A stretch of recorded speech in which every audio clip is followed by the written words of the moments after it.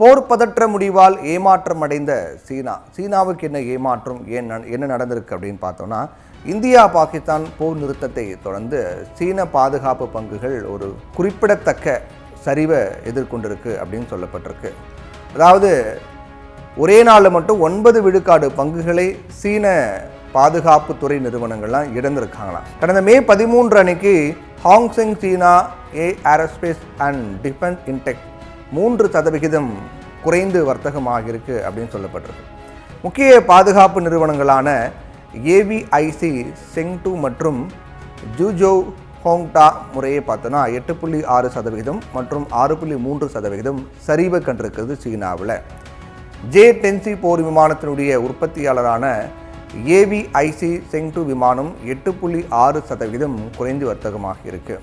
Pakistan India போர் தொடர்ந்து நடந்திருந்தா, பாகிஸ்தான் இந்தியாவுக்கு இடையிலான அந்த தாக்குதல் போர் அப்படிங்கிறது உச்சமடைந்து நடந்திருந்தா, அது சீனாவிற்கு ஒரு சாதகமான ஒரு நிலையாக மாறி இருக்கும், ஒரு சாதகமான சூழலை ஏற்படுத்தியிருக்கும்.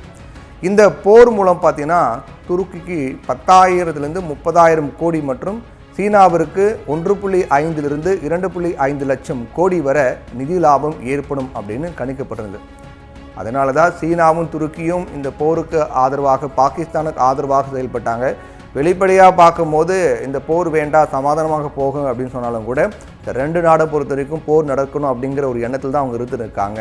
அப்படி நடந்திருந்தால் துருக்கிக்கு 10,000 முதல் 30,000 கோடி மற்றும் சீனாவுக்கு 1.5 முதல் 2.5 லட்சம் கோடி வரைக்கும் லாபம் ஏற்பட்டிருக்கும் அப்படின்னு கணிக்கப்பட்டிருக்கு. பாகிஸ்தானுக்கு ஆயுத மறு விநியோகம், அதாவது சீனா பாகிஸ்தானுடைய மிகப்பெரிய பாதுகாப்பு விநியோக பங்காளி. போர் வந்துச்சுன்னு வச்சுக்கோங்களேன், உடனே இராணுவ பொருட்கள் விற்பனையை உடனடியாக அதிகரிப்பு ஏற்படும். அந்த விற்பனையெல்லாம் ரொம்ப சூடுபிடிக்க ஆரம்பிச்சிடும். அதாவது ட்ரோன்கள், ஏவுகணைகள், விமானங்கள் எல்லாமே விற்க தொடங்கிடும். இப்போ சீனா பாகிஸ்தானுக்கு அதிக கடன்களை அல்லது இராணுவ உதவியை வழங்கலாம். உள்கட்டமைப்பு அல்லது பாதுகாப்பு உதவி என்று கூறி கடன் தந்து சிக்க வைக்கலாம். இது சீனாவுக்கு ஒரு சாதகமான வாய்ப்பாக இருந்துச்சு. விநியோக சங்கிலி அப்படின்னு பார்க்கும்போது இந்திய உற்பத்தி தடைபட்டால் உலகளாவிய உற்பத்தி சீனாவிற்கு மாறக்கூடும். குறிப்பாக மின்னணுவியல் மற்றும் மருந்துகள் உற்பத்தி சீனாவிற்கு போகும், இந்தியாவுக்கு போகாது. போர் நடந்திருந்தால் இந்தியாவில் முதலீடு அப்படிங்கிறது சரியும், சீனாவில் அதிகமாகும். அதே போல் பாகிஸ்தானில் போருக்கு பிந்தைய மறுகட்டமைப்பு சீனாவினுடைய BRI மூலமாக நிதியளிக்கப்படலாம். பெல்டன் சாலை விரிவாக்கம் மீண்டும் தொடங்கலாம். போரால் ஏற்படும் சந்தை உறுதியற்ற தன்மை காரணமாக முதலீடுகள் இந்தியாவில் இருந்து வெளியேறலாம்.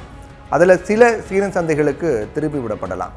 பாகிஸ்தானுக்கு பாதுகாப்பு ஆயுதங்கள் ஏற்றுமதி பார்க்கும்போது துருக்கி பாகிஸ்தானுக்கு ஒரு முக்கிய ஆயுத சப்ளையர்.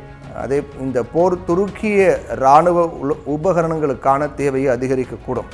இதனால் அந்த நாட்டிற்கு வருமானம் கூடும். ஆனால் அது இப்போ நடக்காமல் போயிருக்கு. பாகிஸ்தான் இந்தியா போர் துருக்கியினுடைய புவிசார் அரசியல் செல்வாக்கு அதிகரிக்கும். முக்கியமாக பாதுகாப்பு ஒப்பந்தங்கள் பெறும். முக்கியமாக இராணுவ ரீதியாக முதலீடுகளை அதிகரிக்கும். இது பாகிஸ்தான் நிதியை பாதிக்கும். பாதுகாப்பு ஒப்பந்தங்கள் அப்படின்னு பார்க்கும்போது துருக்கி பாகிஸ்தான் அல்லது உலகின் பிற இஸ்லாமிய நாடுகளுடன் கூட்டு பாதுகாப்பு ஒப்பந்தங்களை செய்யலாம். இதனால் பாகிஸ்தானுக்கு மேலும் இழப்பு ஏற்படும். அதே போன்று துருக்கி ஜாக்பாட்டு தான் துருக்கிக்கு ஒரு மிகப்பெரிய ஜாக்பாட்டாக மாறி இருக்கும்.